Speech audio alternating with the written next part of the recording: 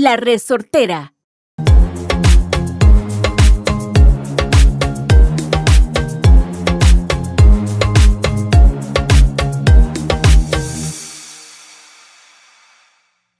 Here we are for another week with Pura Vida Perspectives podcast.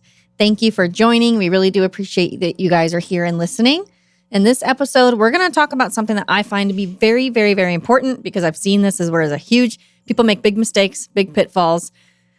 I don't want to see this happen to people. So, and we've each have our own experiences with this, which is buying a car. So you're going to think, oh, buying a car. It's kind of complicated down here. So we're going to talk about a bit about the process. We're going to talk about, well, I guess what you've gone through with buying cars, what I've gone through with buying cars, things that we want you to look out for, things that exist here that maybe you didn't know existed. So either way, we hope that you're going to learn something from the information and you're going to be staying protected through the process. Yes. So it's really important. So buying a car. Buying a car can be tricky and complicated here in Costa Rica. Not only the fact that used cars are brought from the States, and are cars that might be in a crash, bad crash, and they just fix it and bring it down here, to the lawyers signing the escrituras because I sold it to a friend of mine, but we never did las escrituras. Now my friend is living in Punta Arenas. I live in San Jose, and then I have to sign. It's tricky. Yeah. So I wanted to talk about this topic because we just went through this. So my partner recently just bought a car over this last little bit. So I thought, wow, this is going to be a perfect opportunity to chat through this because we came across, as we were looking at cars, a lot of what you just said. So we came across cars that had been brought over. We wouldn't have known. Okay, so for example, we help people with buying cars through our business and yada, yada. A lot of times we end up working with a car broker because they are experts. They know what to do. They're going to save you a lot of money. Yeah. And so, but me being me, I'm like, we'll just do it ourselves. Like, let's just take a look. Because I bought my second truck myself. The first one I used a car broker. I'm thinking, well, let's just see what's out there. So I'm using some of the websites that I know you want to talk about. And actually, I was on Facebook Marketplace. For example, you find this amazing looking Hyundai Elantra, like gorgeous. I was like, wow, this looks like it's in such good condition. This is amazing. We had the mechanic go look at it. He's like, oh no, this has been in a major collision. Okay, I'm going to pause you right there. The first thing you want to do when you're buying a used car in Costa Rica, get a mechanic. Yes. Yeah. Yeah. So always have a mechanic look at it. Don't just go yourself and do that. So mechanic was like, no, this has been in a major collision. He said that the paint job and the reconstruction, like what they did with the cosmetics of the car, they really did make the car look absolutely impeccable. He was even very impressed. He said, this looks like factory paint level. He said this was really good. But unfortunately, yeah, the car was absolute not a good idea, not a good buy. So we were bummed about that. The good thing is, also another thing, I only buy cars in the area of San Jose. Okay. Because, well, by the beach, we got rust, corrosion, all that stuff near the salt. Okay, so we salt. always only buy our cars in San Jose. And that's why it's nice. You can actually have a mechanic. Let's say you find something you're serious about. The mechanic can go look at it. We have mechanics in San Jose that'll go check it out. And then they'll be able to, you don't have to make the trip. I don't have to make a trip just to find out so nothing. you send the mechanic over to see the car. Exactly. Instead of you coming from Jaco to here. Exactly. Oh, okay. Well, yeah, as I was saying, the first thing you want to do is have a mechanic take a look at the car. Because lots of these cars, like Sarah just mentioned, they're like, how do you say? Flood vehicles from the U.S. too. Reconstruidos. Yeah, they're like refurbished vehicles. They've been in accidents. That's the word I was looking for. They've Refurbished. been in floods. Yeah. And not only that, and it's funny I'm saying this, and we don't want to give bad publicity to people that sells cars, but it's what people do. Unfortunately, the odometer. The odometer, yeah. They roll it back. Yeah, they roll it back, way back. So I found that out too. So because of some of the vehicles that we were looking at, so, for example, actually I have it in this notebook. I love notebooks. I'm making a list of all the cars that we're interested in. And then slowly I'm just making a line. Okay, this one's off the list. Because I asked the owners, I said, well, can you give me the VIN number? Uh-huh. Actually, these are the different cars. And I was like, give me the VIN number. I look it up. These are just if cars happen to be in the United States before coming to Costa Rica. I was able to look it up and I saw, okay, Well, the odometer is definitely rolled back because this person says it has 98,000 miles. But according to the last time it was checked in 2017, which is years ago, it had 163,000 miles in the U.S., and it had a minor accident. Magic. So I'm like, okay, if this car had 163 miles in 2017, we're in 2024, and they're telling me it's got 98,000. How many miles does this thing really have? That car just came from the future. I know, right? No, Back to the Future. Exactly. So for me, what I found to be the easiest way to buy a car here is using a car broker. Yeah. They really do everything for you. We ended up, so because I have a lot of connections with people that we work with, one broker that we use, she's like, here's my mechanic. He happened to know a guy like with a really good car. It was actually below market value. He went, we had him check it out. He gave us the green light. We said, all right, perfect. We came up and bought it. Did the transaction with a lawyer, which is different here in Costa Rica. A lot of people say they don't know that you need to have a lawyer in order to do a car purchase. Yep. If you're going to buy it from a personal owner, I do always recommend using your own lawyer. And then in terms of the cash, you're not just going to make a transfer to their account. Because let's say, like me, let's say you're coming from North America. Let's say you don't have a bank account here in Costa Rica. You got cash. You're going to have to bring cash. I did how we did that transaction. It was part bank, part through a bank account. They're two different accounts, but there's limits on what you can send per day. And then the rest was in cash. They're sitting there counting out all the cash. But you have to be really careful. Don't meet anyone in a weird place to go see a car. No. Like there's so many things that can go wrong in this process. So I don't want people to think it's going to be, okay, I'll just come and buy a car. It'll be real quick. Like, cool. No, it's not. And you have to be so careful because you can, just like anywhere on these classified websites, they can be dangerous people. Yeah. You can think they can lure you into showing up with cash to buy a car and then all of a sudden steal your cash. Yep. And, something can happen to you. And I want people to like always be careful and always use the same common sense anywhere in the world. And the thing is, you live near Grecia. Mm-hmm. So I've had clients say, oh, can I just go up to Grecia and buy a car? Okay, so I'm going to pause you right there. Grecia, it's this town that has like the main entrance. It's here. And there's a road that goes like up the hill. And here's downtown Grecia, let's say. So from when you turn right to head to downtown Grecia, there are probably 50 or 55, 60 car dealers. One next to each other, one in front of the other one. And Grecia is very famous for selling cars. You see on both sides of the road, like I said, 50 to 60 dealerships. And they have good prices. But again, I don't know if these cars, are being bring from the States, have been into accidents. They bought the car from somebody who needed the cash at a very low price on the street. I mean, so many cases. But yeah, Grecia is famous for selling lots of cars. Yeah, that's why you either need to bring in a mechanic or you need to be a mechanic. If you're not a mechanic, you need to bring one because, a lot can. And most owners I find are very open. Obviously, they're fine with you mechanically checking out their vehicle. It's kind of expected. So you should definitely do that. Don't skip on that. Don't look at just the outside cosmetic of the vehicle or even. Like I always say, do your homework, do your due diligence. Yeah, and it's complicated. So that's why it's one of those things that, we do guide people through it, but it's one of the more delicate things that can definitely make or break your time here. Because if you end up with a lemon, you're going to end up just shoveling money into it. My first car was in 1999. I knew I was going to be putting money into it. I knew that. It's what I could afford at the time. Then I was able to get something more reliable. But not only buying cars is complicated, selling the car is complicated too. Yeah, I do work with people that have to sell their cars because they end up leaving Costa Rica. Yeah. They always usually reach out to us. Hey, we're going to be leaving Costa Rica. And we're going to sell our car. sell it cheaper. Like, for example, there's this webpage called CR Autos where people upload their car to sell it. And people also look at the page to see what the price on the market is. Yep. So CR Autos. And I want to make a point really quick because I have had a client tell me, oh, yeah, I'm just going to go to the CR Autos dealership. And it's not, So that's why I was like, okay, that's a website. I was like, I want you to think of this website like a classifieds. This isn't a dealership because I've had clients actually think that that's a dealership. No. So yes, I want to make that very clear. Yeah, CR Autos is like the most popular, I think, selling website in Costa Rica. But you upload your car and you can be anywhere in the country and people can take a look at it. and they filter. So I want to buy a car in Grecia, or I want to buy a car in Jaco. So you see what's near you.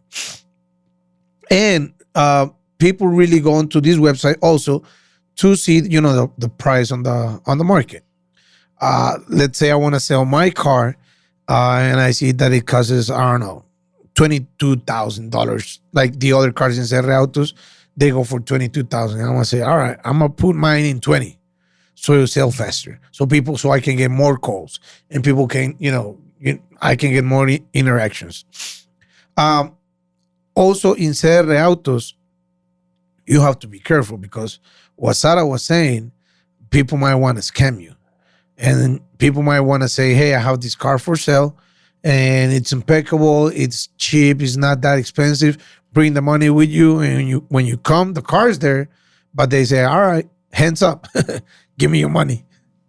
Totally. So you have to be careful. And there's CR Autos, there's Encuentra 24. Encuentra 24, yep. That's like another classifieds. Yeah. What I did, I just sold my wife's car. And what I did, I went with this car dealership agency, and they took pictures of the car and they posted in their website, they posted in their Facebook and everything. And whenever they had a client, they called me up and say, hey, can you bring the car to the dealership? So they were doing the transaction directly. Obviously, they get a commission, which I don't mind, because I didn't have a headache of showing out the car, bringing it out, to some random place. I don't know where it is or who I'm gonna run into. So it was a pretty good experience. Also, these people can help you out too. So you come to their agency and you say, hey, I have a budget. What's your budget? This amount. Okay, with this budget, what type of car you want? Between 2015 to 2022 or to 2020. And they will find something according to your budget. Also, cars in Costa Rica are expensive. People need to know that. Mm-hmm. Yes. Yeah. Even if they're old. Because I ran into social media, Facebook, people say, all right, I want a 4x4. I have $10,000 budget, and it has to be 2018. Where are you going to find that? Nowhere. Exactly. In an alternate universe. Maybe in the States. In another country. Maybe in the States you can. Yeah. But in Costa Rica, no. Costa Rica, it's expensive for cars. So you really need to figure out your budget. And I have run into some people that says, all right, if I'm going to spend $40,000 in a car, I might as well just get a new one. Mm-hmm. And I'm like, yeah, that's good. But there's people buying $40,000 cars on the streets that are used. Yeah. So again, do your due diligence and see how much budget you have. And if you can buy a new car at the dealership, go ahead and do it. If you're going to buy a used car, really do your homework. Yeah. And also a lot of the common brands, Toyota is really popular here, Suzuki, Yes. like buy cars. And you can go to these websites that Jairo mentioned, like the CR Autos, Encuentra 24, just for market research. So if you say, all right, I want a 4x4, I want it to be the X between X and X año, I was going to say, year. English and Spanish is kicking in. It is. Why? But yeah, I want it to be between X and X year. You can kind of put what you want, and then you can see, okay, here are the prices that I'm seeing for cars that I'm looking for. Or if you say, okay, I got X amount of cash, what can I get? Yeah. You can look at it by price. And that's a lot of what people are doing is just market research. Yeah. So and the repuestos. Yes, the parts. You want it to be a car that you don't want to get No.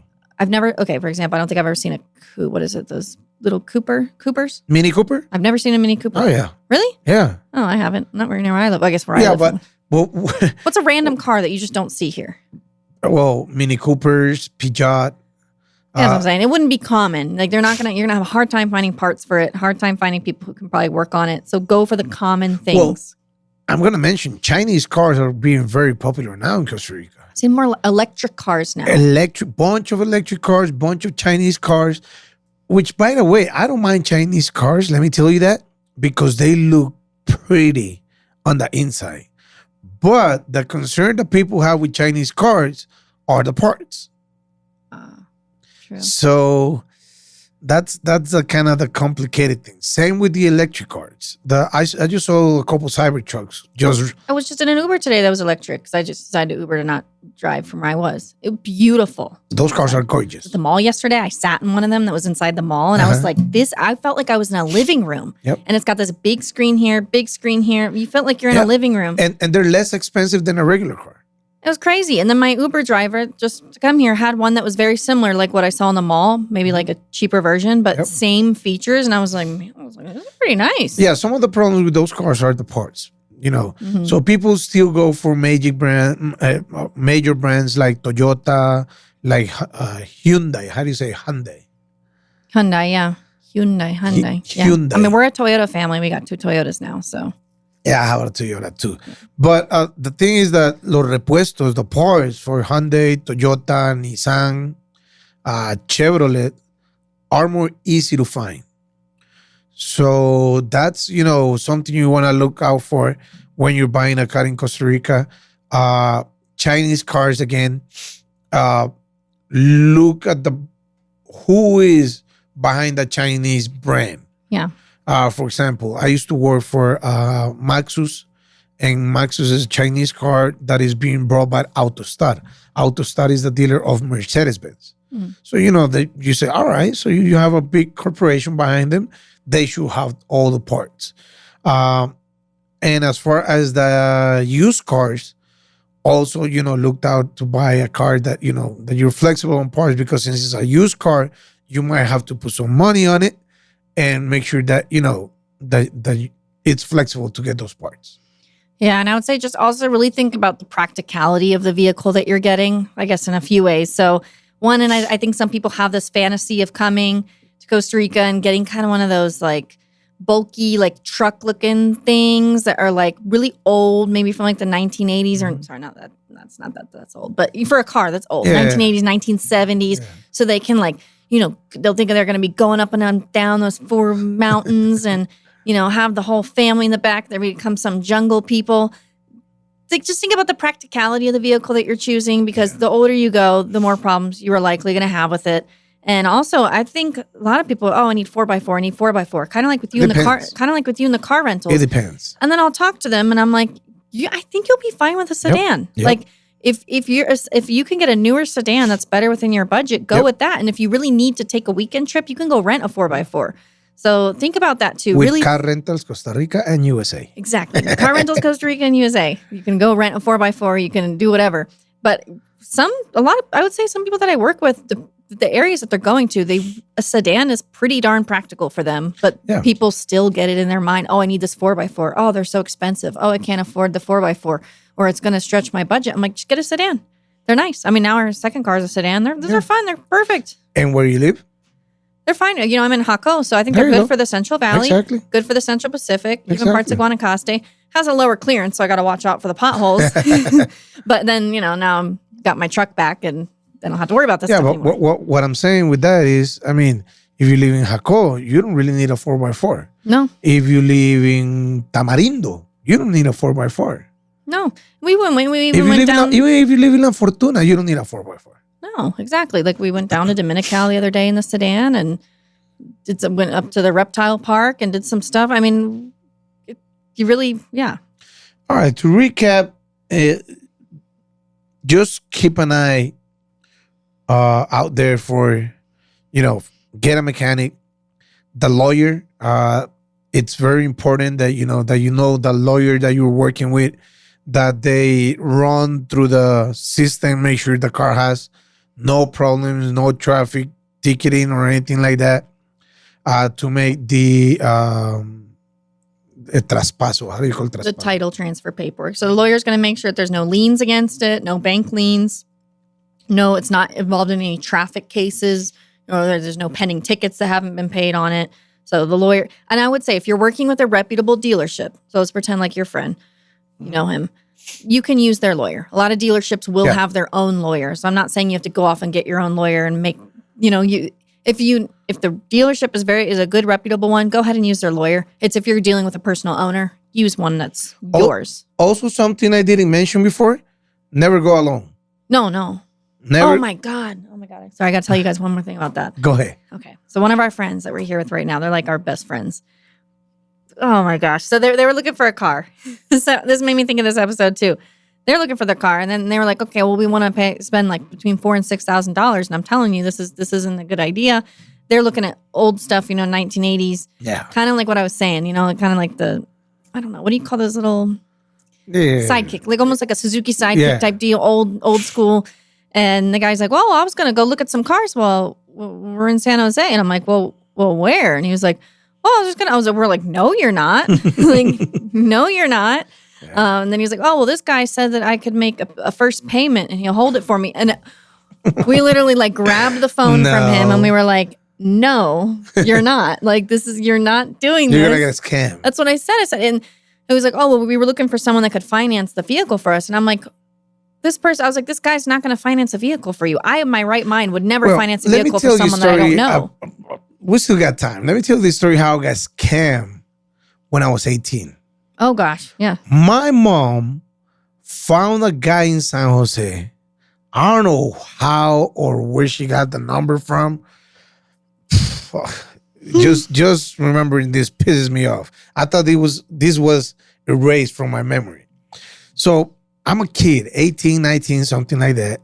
My mom says, all right, if we get this guy 300,000 colones back in the day, he will help us out with a car and finance or get someone. We just got to give him the money. Excuse my language. This piece of shit guy made me wrote with my hand in a piece of paper that I was giving him the money and that he was going to help me find somebody, and that like literally he scammed me right there. I didn't even see it. With my hand saying that, he was not responsible, blah, blah, blah, blah, blah, blah. He gave me a piece of paper and I was copying what was on the piece of paper and sign it at the end. I never saw the card again. I never saw the car. I never saw my money again. We never saw the guy again. Oh. Obviously, my mom got scammed. She took me into it. It was my money that I was saving, as a kid. And this just came back to my mind. I forgot about that part of my life. That happens sometimes. It just came back. Wow. I'm sorry you had to remember that. Yeah, wow. That sucks. We should bury it back down in your lost memories. So people, I'm glad these came back so I can tell you this story. Woo. But that sucks. That's mean. Yeah. That's so mean. Yeah, and then, how are you going to, well, first of all, the court system here sucks. Yeah. Sorry. But yeah, never go alone. Don't do transfers to someone you don't know or you never seen the car, because I just remember I never saw a car. Yeah. That was just like, give me the money so I can start working on the process. It's like a retainer for him to start working on the process of getting you a car to finance. No. Oh, I would start hurting my chest and everything. All this stuff just makes me nervous. So, at least whenever the people I work with, I'm like, don't do anything big unless you talk to me first. Get a mechanic. Friends too. I'm like, do not talk. I'm like, do not do anything. Get a mechanic, get a broker, or find someone that is, have done this process a lot so that can really help you out. Yeah. Don't do anything. I don't know. I just don't get yourself in any situations. And if you do, just give us a call. We'll try to help you out. Remember, if you want to advertise your company in Costa Rica, hit us up at Pura Vida Perspective in our Instagram, and we can mention your company here. All right. Thanks for joining us today in this episode. Hopefully you guys learned something. We always have a fun time. We like being able to share our perspectives. Hopefully, like I said, you guys get something out of it, even a crazy story or two every once in a while. And yeah, thanks for following along with us on this journey. We appreciate you guys. Pura vida. Have a good one.